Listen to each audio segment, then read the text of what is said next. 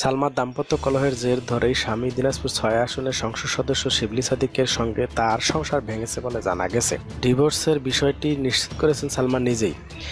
গত ২০ ডিসেম্বর রাজধানীর ধানমন্ডি এলাকার একটি রেস্তোরাঁয় দুই পরিবারের উপস্থিতিতে তালাকের কার্য সম্পন্ন হয়েছে। তবে গত ৫ দিন বিষয়টি একরকম চাপা ছিল। এ সময় সালমাকে মোহরানার ২০ লাখ টাকা এবং আনুষঙ্গিক সকল টাকা পরিশোধ করেছেন তার স্বামী শিবলী সাদিক, এমন খবর পাওয়া গেছে। উল্লেখ্য, গত ২০১১ সালের ২৬ জানুয়ারি দিনাজপুর পিকনিক স্পট স্বপ্নপুরের স্বত্বাধিকারী শিবলী সাদিকের সঙ্গে বিয়ের পিঁড়িতে বসেন কণ্ঠশিল্পী সালমা।